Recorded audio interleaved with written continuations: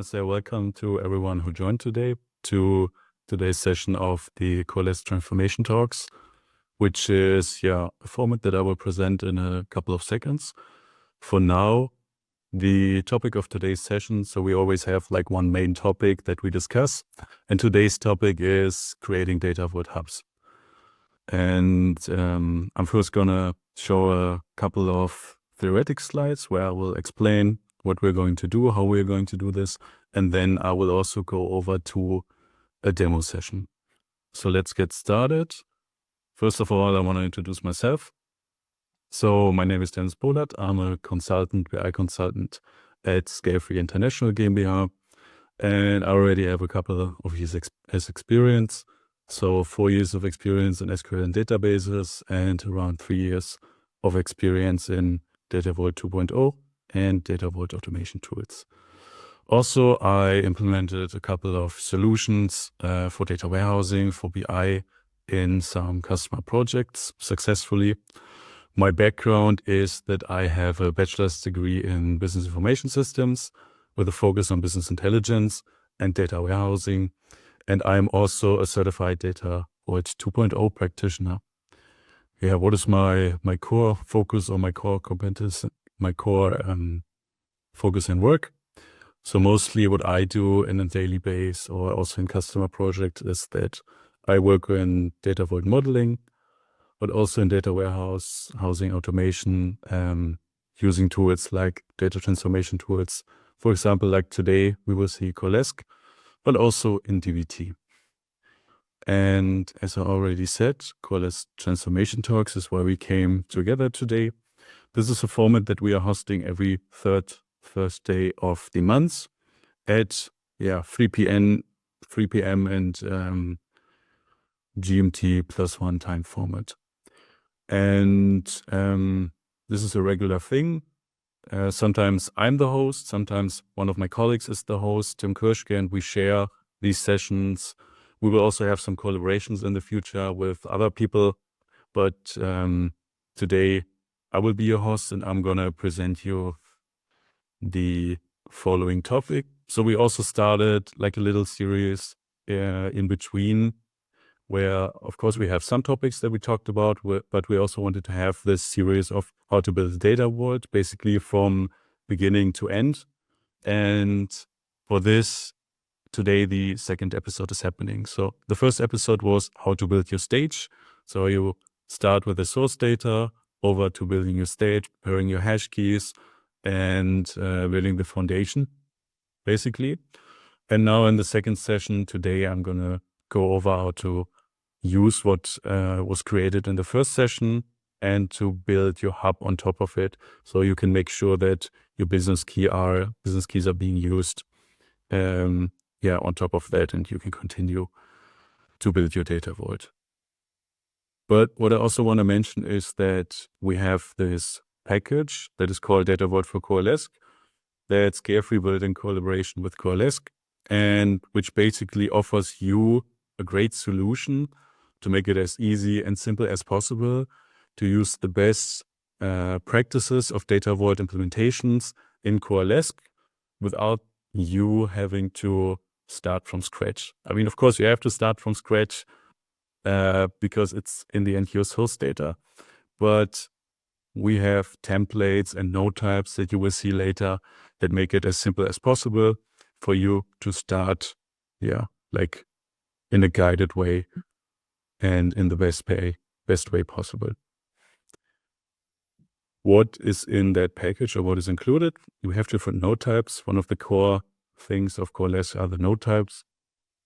And what we are covering are the stages. Like I mentioned in the first episode, we already built this. Now today we will go over the hubs, but we also have linked satellites, which brings your whole data vault together. But we also have more advanced nodes like PIDs, snapshot tables, the non-historized links and satellites, and also the multi-active satellites and the record track satellites. So as you can see, you can not only build the basics, but you can also continue with some more advanced data vault entities already prepared in our package that you can make use of, and you can bring all of this together to build the data vault that you need and to have the data vault solution that you want. And the features included in that is that we brought as much experience as we have, years of experience that we already have by building data vaults, and that we used these experience patterns to make it the most easiest for you. That also includes multi-batch processing, the automatic pit cleanup, so that your pits don't get super large, and also virtual load end dates that enables insert only for your data vault, as well as automated ghost records. And then coming to the data vault hubs. First of all, I don't want to talk too much about the hubs, the theoretical part and stuff like that, because we already have a lot of resources on this on our website. We also recently released the Data Vault Handbook, which is basically a big summary of the main components or the main theoretical parts of Data Vault. So if you want to read a lot more about that or get to know more about that, you can check our website. You will find a lot of resources for that, and you can go into in depth over there. But I want to keep it more practical today. So we will have a brief introduction about the hub, what it does and why you would make use of it. And then we will mostly focus on the practical part. So I will show you exactly how to build your hub on top what was created in the first session. And I will basically give you a step-by-step tutorial for that. But first question, big question, why do you even need hubs in your data vault? So the main aspect about that is that in data vault, you want to use your hubs to store the business keys, the meaning for the business. So let's say you work in a project or for a customer that is managing flights. Then, for example, the flight number would be a good example. Or if you work in sales, you have customers, things like a customer number would be a good example for something that you would store in a hub. Because then you have one single customer that you can identify, and that has a meaning all over your business that you're doing. And on top of that, you also have hash keys in your hub. So that means you are not only using the business key, instead you create a hash that is always the same length and in a similar pattern, so that you are able to standardize everything in the creation of the hub and everything that happens downstream. And also you are able to store the load date and the record source, so you will always know when this one record, individual record, was loaded into your data warehouse, and also where it was coming from, so from what kind of source. And this is the main aspect of your hub, or the main function it brings to your hub, and also one of the main aspects of a data vault, which everything builds on top of. And now, how do you create a hub in Coalesce? So basically, it's just 2 steps. I mean, if you already have your stage there, but first of all, you have to install Data Vault for Coalesce. So this is the package I was talking about. If you want to install that, you basically have to open your Coalesce interface, and then you can manage in one of the menus which packets you want to install. And there's also a marketplace that Coalesce is offering where you have a different variety of packages, and there you just have to look for Data Vault Coalesce. You can copy the name of that and insert it into your menu, and then it's going to be installed. And after you're done with that, you are able to see all these custom node types here.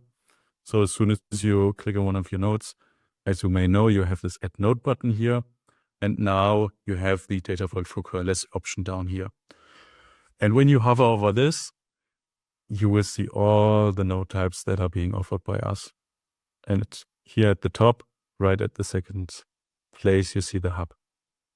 And basically that is already it on how to add the hub. But that's just one aspect, because you also have to configure the hub. And this is what I'm going to show you now. Just one second, I just need to switch my screen. and we will open the Coalesce interface here. And so quickly, let's cover what happened last time. So last time, my colleague Tim already showed you this example data that we have here, the Snowflake example data. And we have a lot of node types here already. We have the sources here. So we have region, customer, nation, supplier, and more as sources. And there are already some stages here, some hubs and links, etc. But for today, I'm going to change over to my subgraph here, because we just want to focus mainly on these two node types here. And we want to talk about the customer and the customer stage. So the customer stage was already set up last time on top of the customer source. Let's have a quick look in there, what we have in there. We have all kinds of information about our customers. We have one unique key. We have name, address, phone number, and more. And we also have a load date, record source, and here already prepared some kind of hash keys.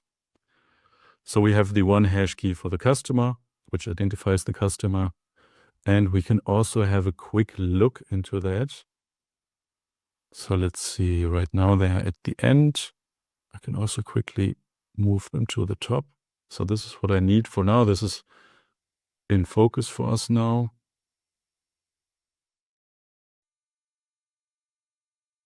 And to create it again. And now we can fetch the data. And now we can see that we have the hash keys here, the customer key here. And this hash key is always the basically hashed version of this customer key. And we are going to remember this or see later again what happens to that, because we're going to use that in our hub again. So by having this stage, we have most of the needs already prepared. And now what we are going to do is we're going to switch back to the subgraph. And like I showed you earlier, now, since we have Data Vault for Coalesce installed, we are able to just add a hub here, Data Vault by Scale-Free Hub. And as soon as we click this, we can see in our graph that now we have a new entity here that is building on top of the stage. And automatically it was already opened. And what we have here is basically we have all the columns from the stage that were already prepared. And first thing we're going to do is we're going to rename this. Of course, there are already some standards running in the background. And this is the reason why it's already called customer, hub customer. But we are going to call it customer underscore H for customer hub.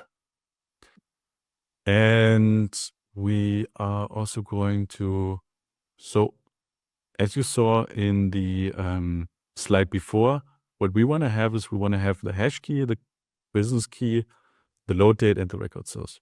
So everything else that is in here right now can go. So we can kick out the name, these columns. We don't need these in our hub. They're great in the stage, but not here. And now as well, these ones as well. So now we have the hub hash key, the business key, load date, record source. That is all we need or all we want in our hub. I just need to make sure that I put the storage location correctly. And what we also have to do in our package is that we have to choose the hash key in here in this data vault configuration, so that in the background the node knows which one to use for that. And yeah, we're going to create the node. We're going to run the node so that it's getting filled with data. And now we can see, yeah, looks like a hub. So our hub is basically done. We have the hub hash keys here again. We have the customer keys, load date, record source. So this is our source. You can see this is the Snowflake sample data from customer. Okay, looks good. What else can we do here? For example, I think 1 or 2 sessions earlier, I was talking about testing. So what you can do here is you can add tests for your hub. For example, you could say, yeah, I just saw these columns and I could make sure, or I can implement a rule that the customer key is always has to be unique. This is one of the tests, for example, you could implement here. And what else? You could also make sure that it doesn't include a null value. And what we quickly want to do right now as well is, let's say, okay, now we get, so let's take a quick look here. So our hub is built on the source of customer. But now let's say, yeah, we are getting all the customer keys from customer, but we also have orders. And for example, maybe there could also be some customer in there, which is not yet on the customer source, but we also want to make sure that we include all the customer keys that are in the orders source. So that means what we could do now is we could switch our hub to multi-source, and then it would always load the keys from both the customer as well as the orders. And let's quickly do that. So I just checked this multi-source box here, and now we have a new button here, or a new plus. And what I'm going to do now is I'm going to add a new source. I will go over to my nodes and I will head to orders, drag that in here. And then you have this great function that it already tries to map as good as possible the sources to the names. So for LTS, record source, and the customer hub hash key, this worked. The customer key, that was not possible to do that. You will see why if I double click on here and I go to orders again. You will see that here the customer key starts with a O underscore. So that's the reason why. But we just add this in here. And now we can already click on create. And let's run this. Oh yeah, okay, there's still an error. The reason for that is because we have to include the two sources in the join. So for customer, that's already the case. For, as you can see, orders, there's nothing in here yet, but we can do it this way to just click copy to editor here. And we do the same again. And we can run it again. Takes a little bit longer here. But yeah. Okay, it worked. So our hub is done, running on multi-source. Let's see. It fetched the first 100 rows here. We see most of them are coming from customer. Maybe if we look further into the database and into the data, we would see also some are coming from orders. But now we just make sure, so in case there should also be some coming from orders, we would make sure that these are included in our hub. Okay, so now you know how to build your hub. What you need first to build on top of that, sources, stages, and then you can start with your hub. And you also know what columns you need for your hub, and you also saw how to create it, what kind of tests you can put on it if you want to. And yeah, so I would say this is done. And now let's quickly go back over here. That's already it. So I hope the demo was helpful for you to understand not only what a hub is, but also how to implement it in Coalesce. And yeah, if you need any more resources on understanding Data Vault, or you're interested about the package, you can check our website. You will also find contact information there as well to contact us directly in case you have questions. Always feel free. You can either ask here in the Q&A section, or you can also reach out over our website, and you will find an email address, telephone number, and other information there to contact us directly. If you have any more questions for the upcoming session, so yes, there's going to be a next session. Obviously, this is a regular thing. It's going to happen next month, again on the third Thursday of the month, again at 3. And you can already upfront submit questions, topics, everything that might be interesting over this QR code, or you can also use the links that are here on this last slide. And I would say thank you for attending today. I hope it was helpful for you. In case anything is still open, any questions pending, feel free to reach out.